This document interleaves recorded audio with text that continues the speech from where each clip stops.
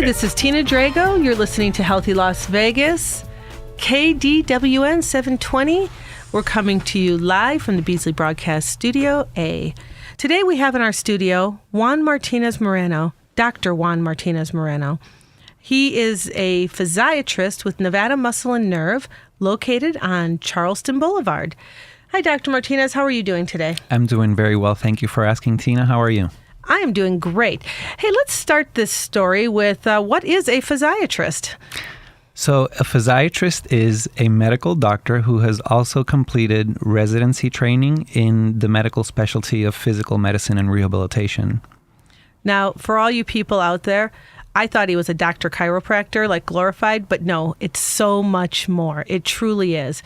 Integrated medicine? No? Yes. The physiatrist typically treats pain and also manages or tries to restore maximum function from injury, illness, or other disabling conditions, which can range from stroke to spinal cord injury, brain injury, sports injuries, work-related injuries, injuries related to car accidents, and nerve testing.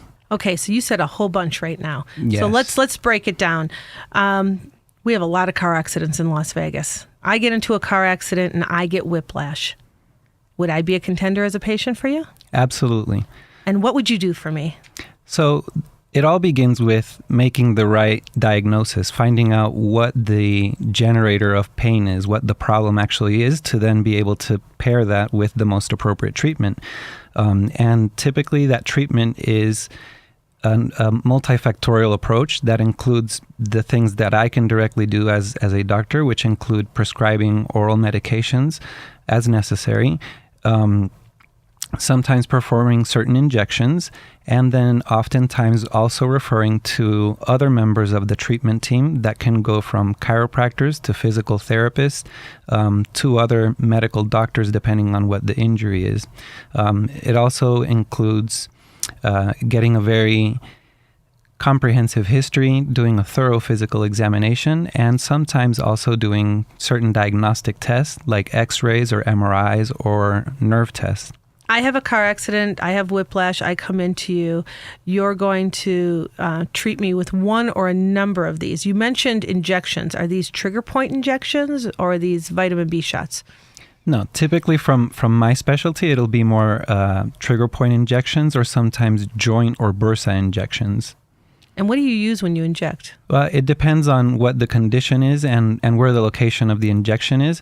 But oftentimes for these inflammatory conditions, what gets injected is a combination of a steroid anti-inflammatory, which is not a steroid like bodybuilders use or anything like that. It's to decrease inflammation, and then local anesthetic. And the combination typically works better than either one or the other independently. When I first met you and we were talking, you gave me this really large berth of what you do in the medical industry that overlapped a lot of what we would consider common doctors, like pain specialists, but you don't want to be called a pain specialist or a pain management. True. Or the chiropractor, but you're not a chiropractor. You do so much more than what a chiropractor would do. But you are an MD as well. So you're a medical doctor that starts out as an internist and then moves into these specialized areas. So can you tell me how the public would use you for rehabilitation or general medicine when they come in to see you? Yes, absolutely. So the most, in developed countries like the U.S., the most common symptom for which someone would go to a doctor is pain, by far.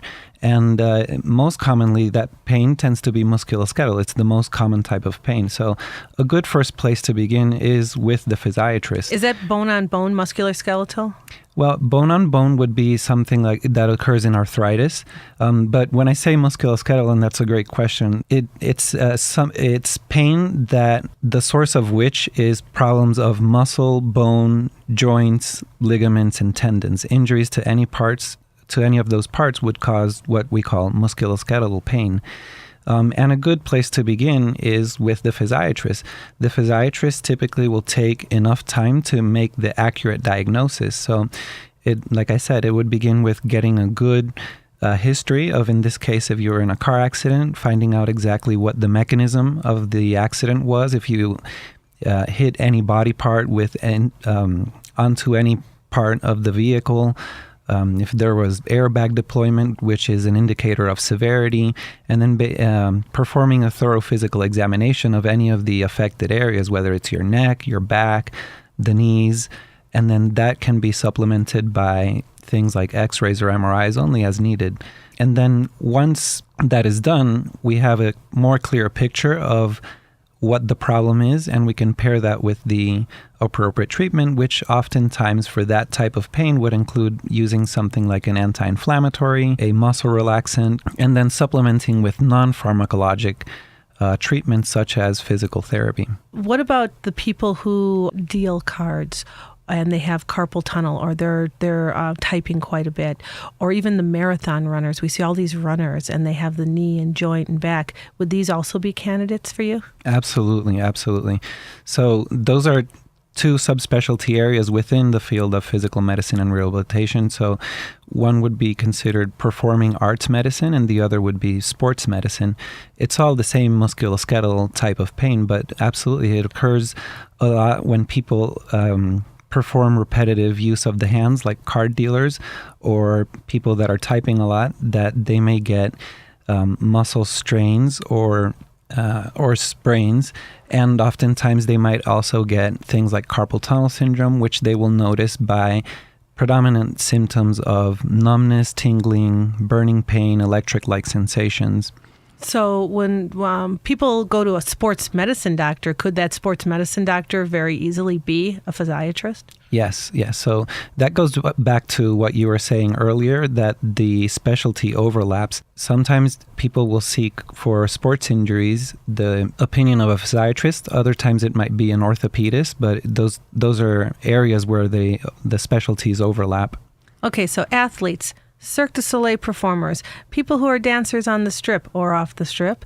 You don't necessarily have to be in a car accident to seek out and receive help from Dr. Martinez at Nevada Muscle and Nerve. This is Tina with KDAWN on 720. I want to talk to you now about pain. Is all the pain the same? No, there are many different types of pain that can be classified according to how long they last or what body system they are coming from.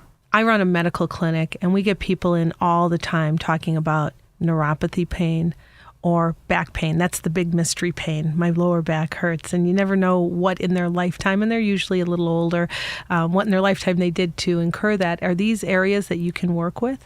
Yes. Low back pain is one of the most common pains in the U.S. It can be quite disabling. It can account for a lot of missed time from work, and it can really take a toll on people's quality of life. So do you have various types of management for different pains? Yes, absolutely. So on occasions, if it's back pain that is coming from muscles and ligaments and strains and sprains, typically that is treated with anti-inflammatories and muscle relaxants, as I was mentioning earlier, but oftentimes people will have spinal problems that require treatment beyond that. So again, it begins with making the accurate diagnosis, which can be done oftentimes by getting imaging studies like MRIs. And if the problem seems to be problems with the vertebrae or the disc in between the vertebrae, then oftentimes the next most appropriate step in managing that is for them to go see a pain management specialist that may or may not do a procedure like an injection to the actual spine, or sometimes they go to either an orthopedic spine surgeon or a neurosurgeon if the condition is more severe. In between, sometimes they might have what's called neuropathic pain, which, as I was mentioning earlier, it includes things like burning, numbness, tingling, in which case nerve testing is necessary. That's one of the services that I offer at Nevada Muscle and Nerve is nerve testing. And then based on the results of that testing, that can help guide the treatment provided either by myself or the pain management specialist or the surgeon. What about phantom pain? Phantom pain, yes. That is a less common type of pain, but a well-recognized type of pain that typically occurs in amputees, or in people with spinal cord injury that either have tetraplegia or quadriplegia. So most commonly it would occur in amputees that have pain in the limb that is no longer there. So, for example, they might have had an amputation below the right knee, and all of a sudden they are experiencing right foot pain, but there isn't a foot there anymore. And the treatment for that is also different. So, for that type of pain, typically medications grouped under the term neuromodulators are used, such as gabapentin, pregabalin, and there's a number of different ones. Oftentimes, it occurs that people will start researching into these medications, and they'll read that it's a seizure medication or an antidepressant, and they'll be wary of it. They'll be wary of it. Wow. Okay. It's very common for these medications to have a dual purpose, like treating either seizures or depression, but also being indicated for nerve pain. And that's a perfect example because we're dealing with that at the clinic with our HPV vaccination, which initially came out to be a vaccination for STDs. And they found that it has all these cancer preventative qualities to it. So now we have to tell people, you should have your 10-year-old child receive an HPV vaccination.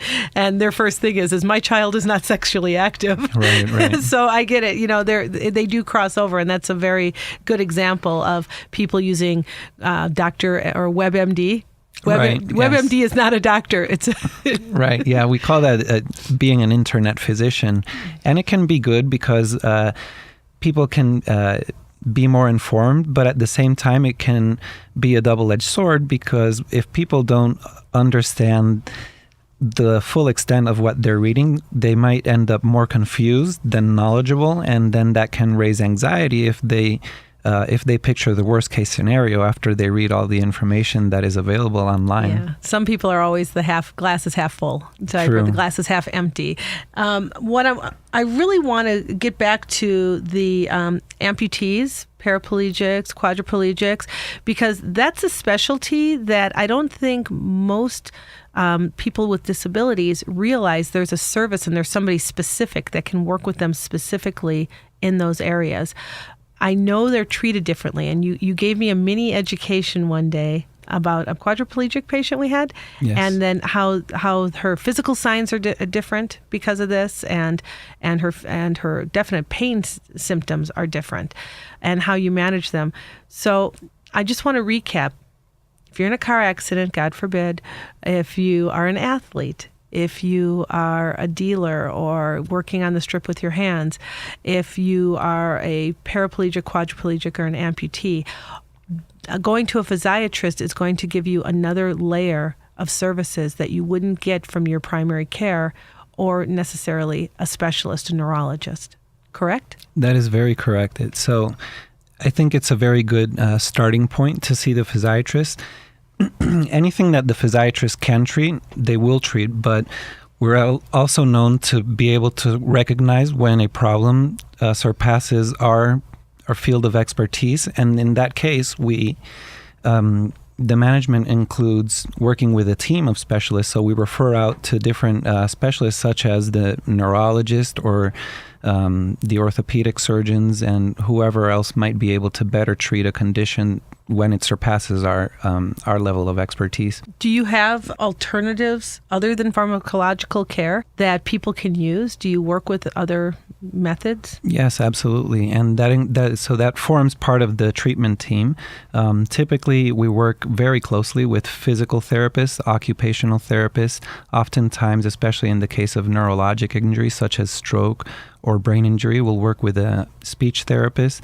In the case of children with disabilities, sometimes we work also with recreational therapists. So are you saying when they're at their most pain, when they're in their most pain, you're telling them to work out? Yes, in a way. It's tough love, but typically that's how people will get the best results is if they're working the same condition from different angles. So from the angle that I can put in place from my office would be the pharmacological or the injections, but at the same time, I'm sending them over to have the physical therapy or any of the other forms of therapy or working out, as you say, and that helps people recover faster, and it also helps prevent re-injury in the future. So your care plan most likely will include some form of physical activity. It will, more often than not.